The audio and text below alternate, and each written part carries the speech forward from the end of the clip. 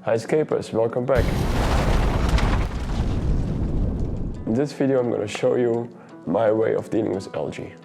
To do so, I grow some algae in my NanoCube 60 from Denner. As you can see, we have some green dust algae in this tank. Green dust algae, or GDA, is a green film usually infesting your aquarium walls. It's very easy to remove, but it also will come back very quickly. Plants and hardscape can be affected too, but it's less common.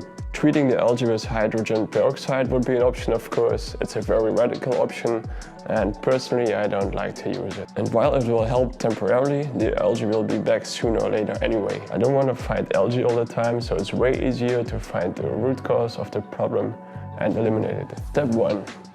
Think back, did you make any changes in your aquascape recently? An algae outbreak is often triggered by imbalances.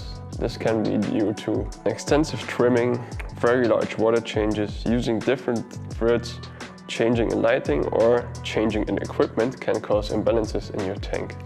Balance might be restored after a while and the problem will go away by itself. If not, then head to step 2. Finding the root cause of the problem.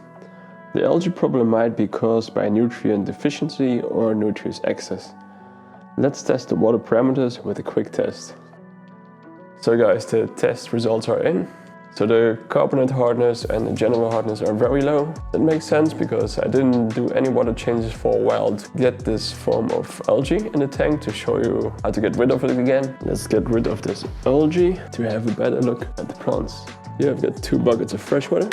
These are not for the aquarium. Gonna rinse my sponge in them, because if you have green dust algae on your sponge, it will stick faster to the aquarium walls again. So what I'm gonna do is just wipe the green dust algae off very carefully. Then rinse it in the first bucket, then in another bucket, so that most of it is not going back into the aquarium. Repeat the process until most of the green dust algae is gone. For best results, also clean the buckets and replenish with fresh water.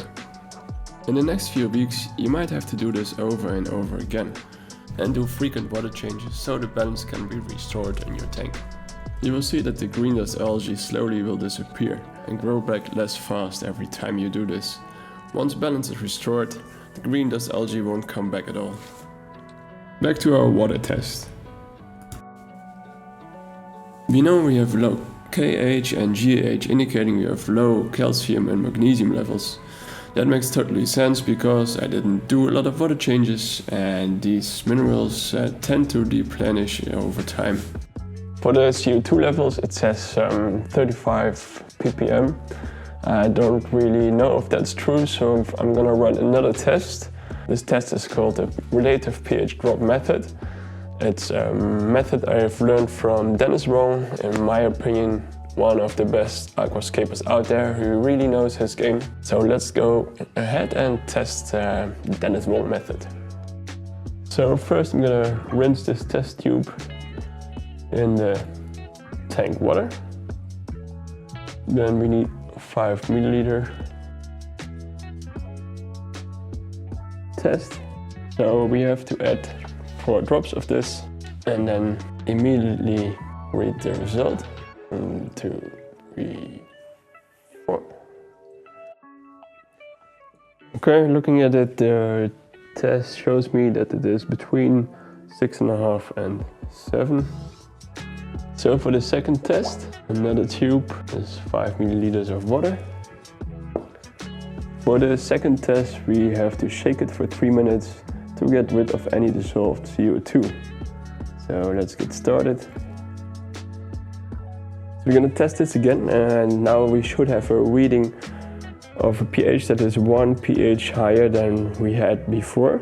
So it has to be between 7 and 7.5 instead of 6.5 and 7.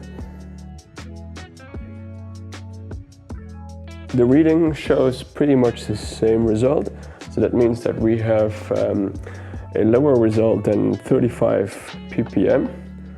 So that is an indication that we have too little CO2. I really like Dennis Wong's method because it's an indication of the CO2 level of your entire tank. With a drop checker we only can achieve a measurement of a certain part of your aquarium.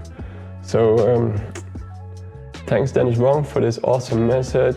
Please try this method for yourself as well. I think it's a great method. Share your thoughts about the test in the comments below. So what are the next steps? So I'm gonna slowly increase the CO2 the next few days, weeks. Now I'm gonna do a water change. So before you shut off the filter, I have an internal heating here in the filter. So I have to shut off the heating first. I already did that for a couple of minutes. Filter's off now. I cannot siphon off this water because it's on the floor, but it doesn't matter, it's only a small tank. Okay, refilling the tank. So the tank is looking crystal clear now, but that won't last long because the algae will probably be back. First we have to get our water parameters right and the tank has to balance again. So for now we will do the regular water changes and slowly increase the CO2 levels. That is all that we can do for now, the rest is up to Mother Nature. So that's it for this video, we will see you back in a couple of days. If you liked the video, please give the video a thumbs up. And if you don't want to miss future content, please subscribe to our channel.